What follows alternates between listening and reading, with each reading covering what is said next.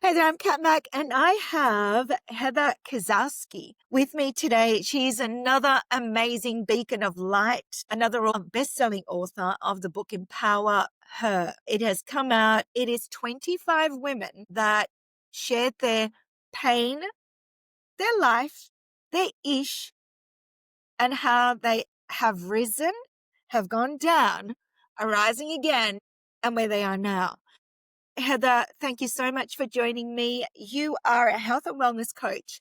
Not only are you a health and wellness coach, but you've decided to be a health and wellness advocate for people with the way that you do it is pretty cool because you talk about a doable step. You talk about Mhm. that throughout your whole chapter.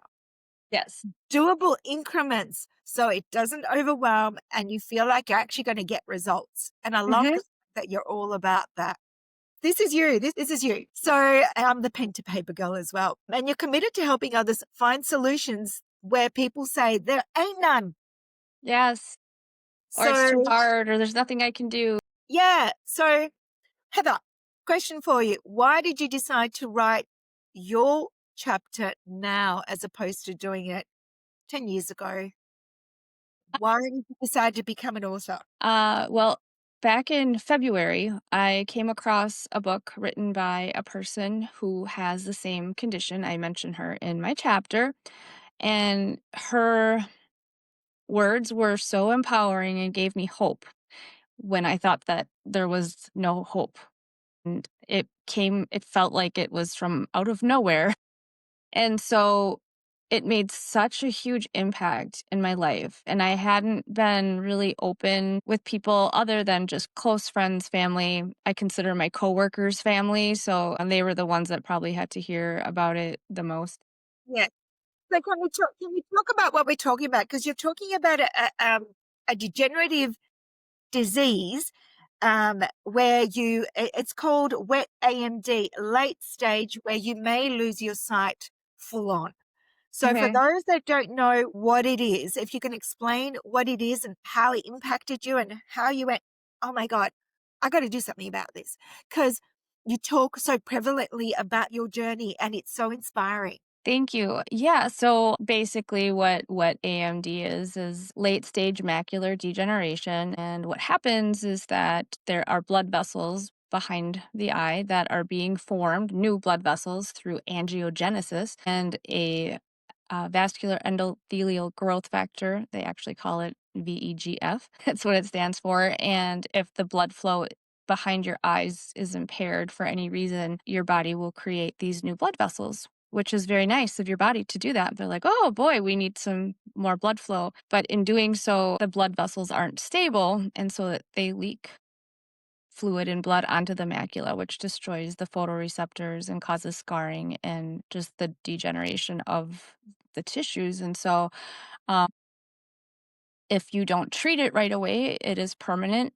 It's rapid and it's severe, which is exactly how it was for me. It seemed like it went so fast. Like I noticed changes over a couple of months, and then all of a sudden it was so bad. It got to the point where I could see where if you don't treat it right away, I don't know how you get it back. But so I started the injections. They started me on injections right away, and then they said straight out that there's a good chance that it won't do anything. It'll just slow the progression and that my vision wouldn't come back. But it did. Within it was probably 3 or 4 weeks, my vision was stable again. And I was never so grateful in my entire life. And then I stayed on the injection schedule, but then I ended up relapsing twice, actually. I only mentioned the In a second really quick relapse. period, is from what I gather. Mhm. Yeah. Yeah. And so it was just scary because you don't know, you read all the different things online and, they say like, oh, within 10 years it happens to the other eye and most people are blind, it's the leading cause of blindness, blah, blah, blah. And I just decided that I wasn't going to have any of that. I'm not going to be blind. I'm keeping my vision and I don't care how delusional it sounds. I'm going to do all the things. And so, I love that you said that because there's something about, yes, positive mindset. And I know that, yes, you have this condition. However, treating your mind, and you wrote, out of joy to heal on a cellular level and amplifies our mind's ability to find solutions. And that's exactly what you did. You went mhm, beeline.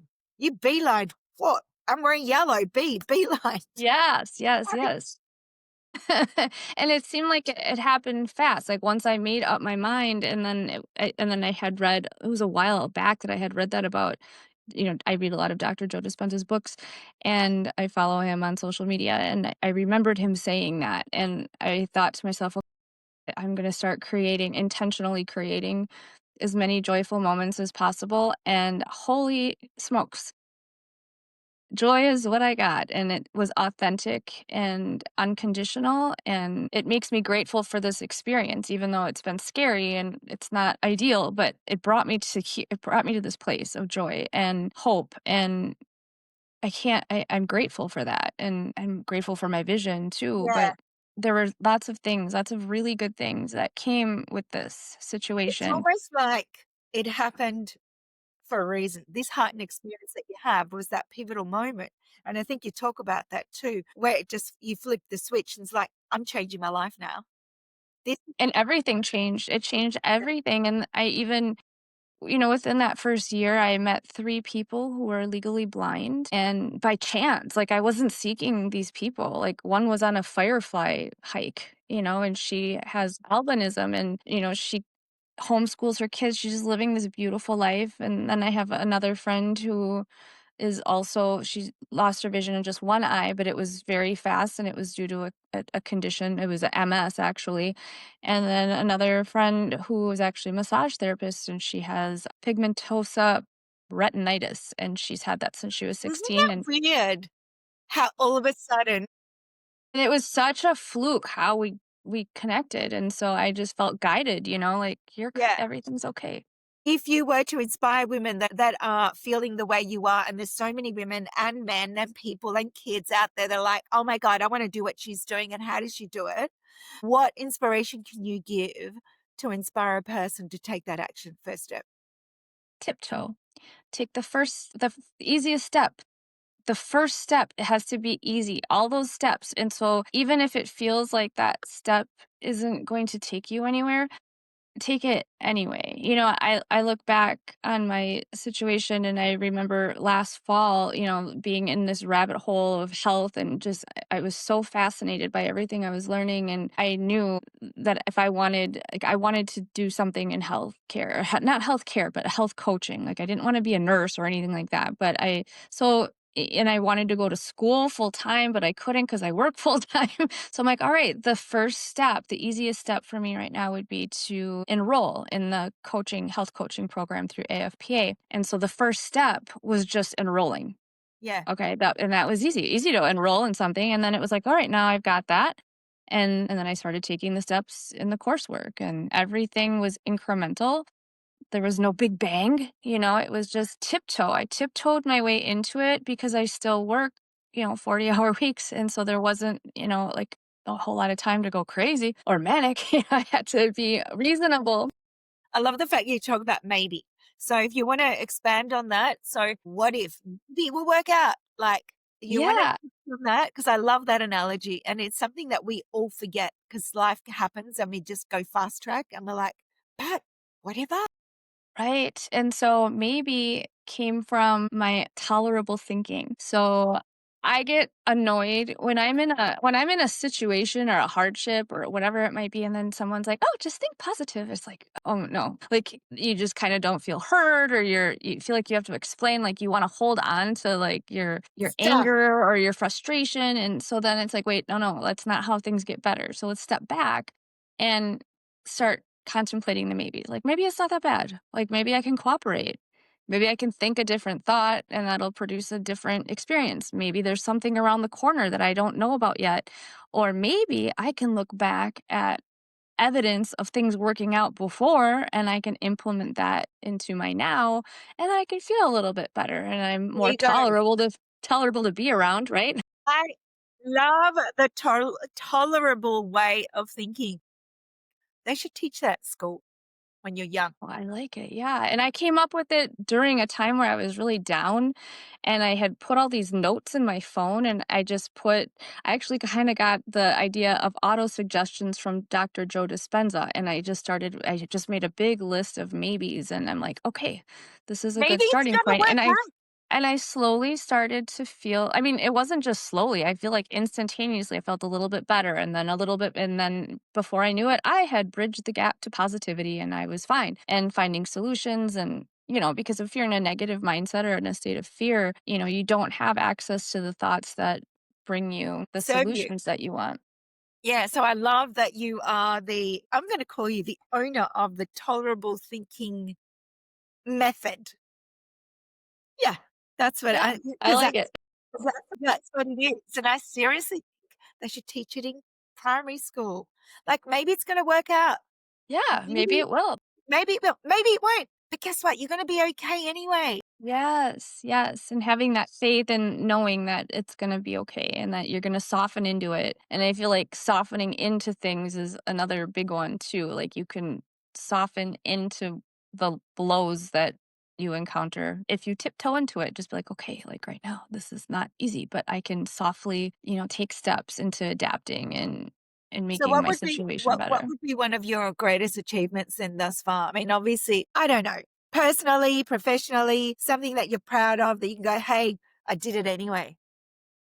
I would have to say, personally, for me, my achievements that I'm most proud of have to do with my relationships with my marriage, for one, my daughters. I have the most beautiful relationships with all three of them, my husband and both my girls. I am blessed with the most beautiful friendships. I have coworkers that feel like family that I can't even imagine life without. I would have to say that those are my proudest achievements, are those connections. I love that you said that because sometimes I say, I mean, yes, our children, our partners love that you're just so strong about that. And the fact that you said your coworkers, Mhm. because I don't have any sisters and I'm the same. And my bestie is like, she's my sister from another mother. And some of my coworkers, when I was back in retail or even now in the online space, I can say the same thing. Isn't that wonderful? But like the amount of people that you connect with, because connect, there's something to do with connection. So I Mhm. thank you for saying that. So if you were to look in the mirror and look at your former self and your 20-year-old self, what would you say to her right now and go, hey, based on what you've done, and you don't know the future, but your recent past was pretty strong. What would you say? I would probably say, "Chill out a little bit, you're on the right path, like, everything's gonna work out," and I would maybe add in something along the lines of follow your bliss because it pays to do that, what you care about, what you're interested in, what your passions are, those are all part of your purpose. And if you follow those things, you will be guided to where you need to be and you can live out that purpose. But if you're just in a state of fret all the time, which, I look back in my 20-year-old self and it's like, oh, there's a lot of fretting going on. Someone isn't carrying the And bag. like now I'm 50 years old and I feel like now I know I can just chill out a little bit. Like I'm on the right path. It's okay. Like I got this. Yeah, and we're only just getting started. That's the beauty. Right. We're just Yeah. 50 is the I think 50 is the new 30. It is, it's such a great age, I wasn't expecting it to be so great. Funny that, right? It Everyone was the only age that I was a little bit like, "Yeah, this is rough," like, I don't know about turning 50, like, 40 was a cakewalk, but 50 was like, "Wow, that's a leap." But now I'm here and I'm so happy, like, I feel like it's just gonna get better, I feel like these are gonna be the best years of my life. yeah, and I think it's because exactly what you said, you are living in your joy, because Mhm. right now, you're loving what you're doing, and when you're loving what you're doing, it shows, and Yeah, it does. I can see it in your eyes.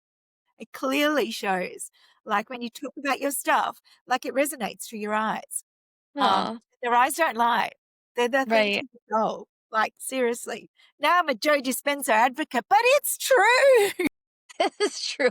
I could talk about his stuff till the cows come home. I'm like this, but I it's am same. It's my favorite, and I mean, I've reread Supernatural, I me think I've read too. that 3 times, it's the best. I take screenshots on my phone, I have a hard copy, I have it on my phone because I like referencing it often, Yeah, and so you forget. You're like, "Oh, I remember that," and you go back and you rewrite the same yeah, thing. You go back to your notes and right. you go, "I've already written that before," but that was like 5 years ago because it Mhm. doesn't change.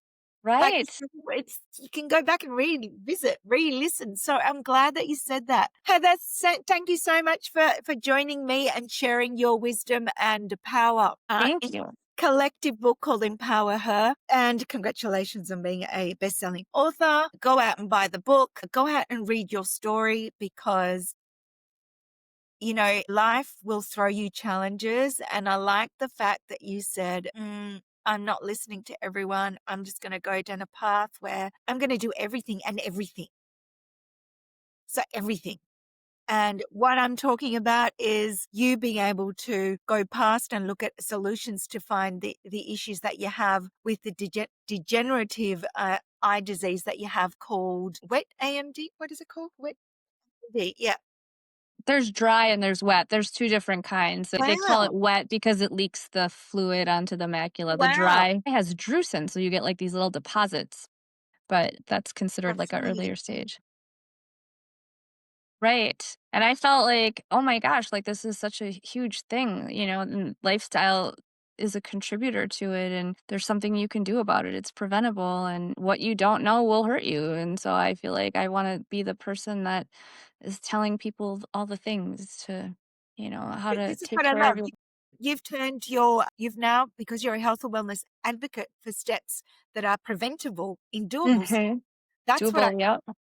to go, Thank hey, you. now start looking at alternative avenues. Not that I'm going to say that I'm a medical professional because I'm not. Same. No. There's something to be said with the power of your mind and your gut and everything that's around you, your surroundings, that can contribute to stuff that you never really realized till you dug deeper. Mhm. 100%. So thank you so much. You have an awesome morning, awesome You evening, too. wherever it is you're coming from. Thank you so much. It was so nice meeting you. You too. Bye for now. Bye-bye.